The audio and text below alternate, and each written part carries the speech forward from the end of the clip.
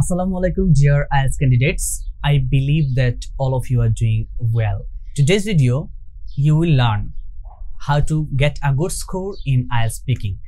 IELTS speaking এ যদি আপনি একটা ভালো স্কোর পেতে চান তাহলে যেই বিষয়গুলো আপনার অ্যাভয়েড করা উচিত, যে বিষয়গুলো আপনি কিন্তু এড়িয়ে চলতে হবে, সেই বিষয়গুলো নিয়ে আজকের এই ভিডিও। আর এই বিষয়গুলো যদি আপনি মেনে চলেন তাহলে কিন্তু আপনার IELTS স্পিকিং এ একটা ভালো স্কোর আসবে ইনশাআল্লাহ। So without consuming time, let's begin. IELTS speaking এর একটা কমন মিস্টেক হচ্ছে যে আমরা যখন IELTS স্পিকিং এক্সামে যাই তখন আমরা ভাবি যে আগের দিন 2-4 দিন আগে অনেকগুলো ভোকাবুলারি শিখবো, যেমন C1 ভোকাবুলারি শিখবো এবং সেগুলা মুখস্থ করে সেগুলো ইউজ করার ট্রাই করব। তবে এই বিষয়টি করবেন না।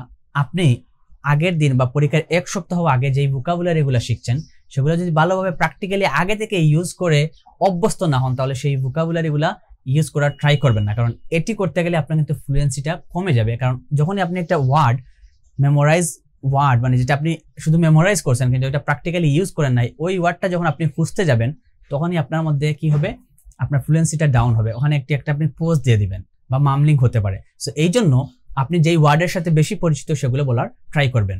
নাম্বার 2, অনেকে মনে করেন যে সবগুলো বাক্য কমপ্লেক্সে বলতে হবে, তাই ওনারা সবসময় চিন্তা করেন যে আমি কমপ্লেক্স সেন্টেন্স বলতে পারতেছি কিনা।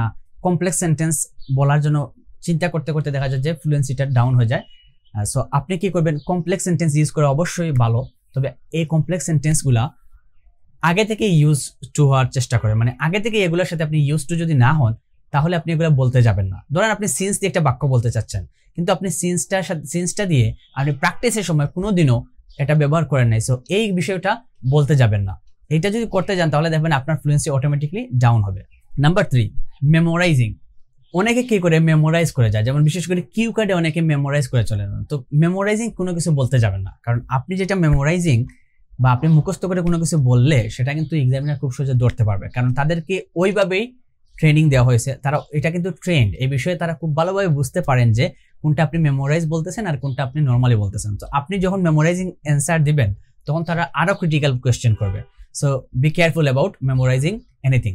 আপনি কি করবেন, কোনো কিছু মেমোরাইজ না করে নর্মালি বলার ট্রাই করবেন। নাম্বার 4, স্পিকিং এ অনেকে অনেক দ্রুত কথা বলেন। মনে করেন যে অনেক দ্রুত কথা বলা মানে আপনার ফ্লুয়েন্সি। নো, নর্মালি আপনি যেমন আপনার বন্ধুদের সাথে কথা বলেন বা আপনি যেভাবে অন্য একজন মানুষের সাথে কথা বলেন বাংলাতে, ঠিক সেভাবে স্লোলি নর্মাল স্পিডে কথা বলার ট্রাই করবেন। দ্রুত গতিতে কথা বললে আপনার ফ্লুয়েন্সি ইমপ্রুভ হবে না, বরং উল্টা আপনার লস হবে। কারণ এই ক্ষেত্রে যখন আপনি দ্রুত কথা বলবেন তখন আপনার কি হবে, উচ্চারণ মানে আপনার কারেক্ট প্রনাউন্সিয়েশন হবে না। সেক্ষেত্রে আপনার উচ্চারণের সেকশন যেটা আছে, যেটা প্রনাউন্সিয়েশন সেকশন, সেখানে কিন্তু আপনার স্কোর কম আসতে পারে। সো একবার নর্মাল স্পিডে কথা বলার ট্রাই করবেন। লাস্টে যে বিষয়টা বলবো, পরীক্ষার সময় মানে আপনি যখন স্পিকিং রুমে ঢুকছেন তখন আপনার মধ্যে নার্ভাসনেস আসলে সেটা ওভারকাম করার জন্য আপনি কি করবেন, আপনি একটু জোরে জোরে প্রথমে শ্বাস নিতে পারেন, নিয়ে তারপর আপনি সিম্পলি কথা বলার ট্রাই করবেন। এক্ষেত্রে মনে করবেন যেই এক্সামিনার আপনার টেস্টটা নিচ্ছেন উনি মনে করবেন আপনার ফ্রেন্ডের মতো। এই বিষয়টা নিজে নিজে মনে মনে পাবেন, যদিও উনি আপনার ফ্রেন্ড না, জাস্ট আপনি মনে করবেন যে আপনার ফ্রেন্ডের মতো। তাহলে আপনি কি করবেন, নিজেকে একটু মোটিভেট ফিল করবেন এবং একটু মোটিভেটেড থাকবেন।